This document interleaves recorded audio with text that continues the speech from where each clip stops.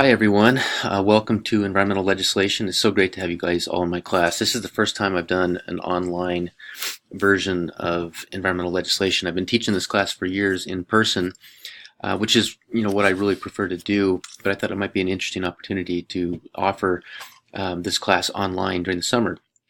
So what I want to do with this video is just kind of walk through the course, quickly explain some things, some highlights in the course, hopefully provide some instructions so you don't feel overwhelmed and lost. And eventually I'm going to bring you back over here. This is where you're going to get started. All your assignments start here, and then you have a few assignments in getting started, and then in section 1 starts your first week of weekly activities. You don't see sections 2 through 6. I'll open those up early Monday morning or late Sunday night each week, and you can work on those as you go along. So they will open up as you go along. So don't panic. Your screen will look a little bit different than mine as well, because as the instructor I have some more options than you do here. So don't panic about that. So let me just scroll down here. So this is biology and it's environmental science. It's cross-listed course 233. There's no lab associated with this. I do want to let you know that there will be a lot of reading involved. I have some lectures involved and a lot of writing. I don't think you need to panic about big tests and things like that. But lots of reflections and summaries and things like that. And there are weekly quizzes. I'll go over those, but those are also short answer and kind of big picture type items, not memorization type stuff. So I'll get to that in a minute. So just scrolling down here, this course examines the need and biological basis of standards established by Congress to protect the environment. So essentially, this course is covering statutory law or congressional law passed by Congress to protect the environment. So we're talking about large statutes such as the Clean Water Act, the Clean Air Act, the National Environmental Policy Act, the Safe Drinking Water Act, the Wilderness Act. These are large statutes passed by the U.S. Congress to protect the environment. We're focusing on federal law, although we do flirt a little bit with state law and international law as well, or international agreements.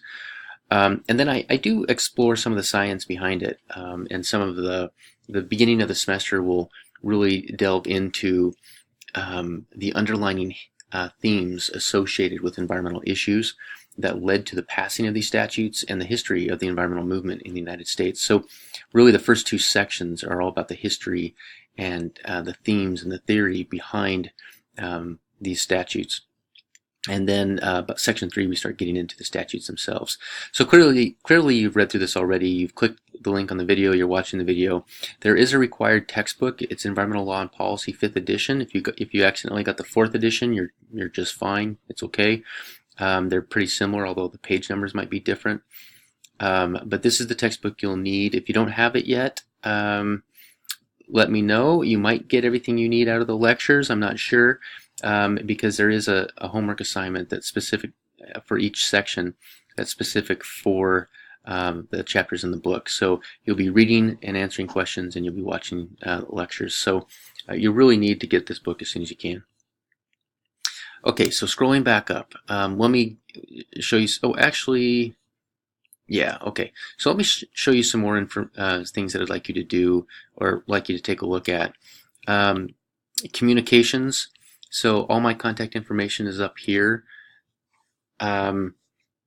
I have office hours Monday, Wednesday, Friday from 9 to 10:30. I might adjust it to Monday, Wednesday, Thursday from 9 to 10:30, but it's not that critical because really I will be available. I'll be watching. I'll be responding to your questions as soon as I can. I'm not going to wait until office hours to help you out if you have a question or a concern. So don't panic about those, but I am required to be available during this time, so you'll know that I'm sitting right there at my computer ready to respond during this time period. Unless I'm helping somebody else, I should get right to you. You can give me a call as well. I'd be happy to respond, talk to you in person if you have any questions or concerns. This course, I'm here to help you. I want you to succeed, and I want you to learn a lot and enjoy it. And so if you need to converse with me, send me emails or whatever it might be, please do so, and I would be happy to help you have a positive experience. I try to make the course also technologically simple, and I'm kind of a technologically simple person to be, not necessarily by choice. I just am, I guess. And so the course isn't about the technology, it's about the topic. It's about the legislation, it's about the environmental issues, and I want the focus to be on that. So I don't try to put in any fancy technology stuff that might detract from that. So everything should be pretty simple and should work fairly well. If you need to communicate with me, you can use this link here. This is the Ask the Instructor discussion forum. Essentially, it's a running thread or a blog. If anything you post here, everybody else will see as well, but you can do that if you'd like to. And, the other students might benefit from answers to your questions. And then anything that's more private, you should communicate with me through this messaging tool. This is essentially an internal email system. So please use this with questions about grades or things like that. Generally, this is what students use in my online classes, is the messaging tool, and it works just fine. I'm happy with that, but you can also use this as well. Okay, so that's communications. Announcements is essentially this first page that you just saw here. You've scrolled through that and read through that. There are Plato help resources if you have problems with technology. This is where you'll find the solutions, the answers, particularly right here. They'll give you, our CIT department should respond relatively quickly and provide you with the answers that you need. My job is to teach you about the environmental legislation. It's their job to make sure that the technology is working properly. But you can contact me if you're having technical issues as well. Particularly if some links aren't working, I can help you with that.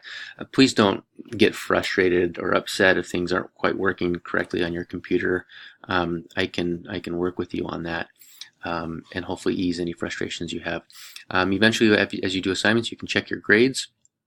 These are your message links. So essentially, that's the email tool, and then this is the thread tool where you can post a question for the entire class.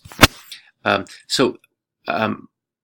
I want to direct your attention to this right here, this little side tab. This is the meat of your course. This is where all the work is going to be.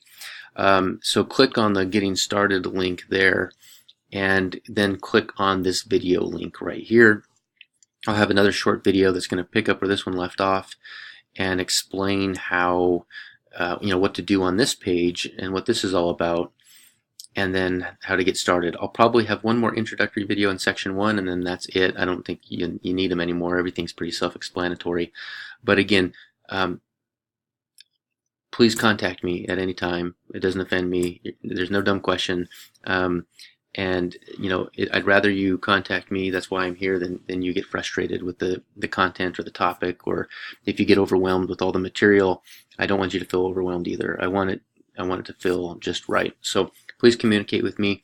Go to the Getting Started page, click on the video, watch the next video, and that would be great. And also, if you could, this would be very helpful if you go to the message tool and send me an email. Just say, hey, I'm logged in, everything's working. I think we have 11 or 12 students in the class as of today. There might be more by the time class starts, but please send me an email. It would be really helpful to me to know that you're using the system, that you know how it works, and it's great for me to know that you're logged in and ready to go. Okay, so please send me an email through the Plato system, not through your regular email, and that would be awesome. Thanks.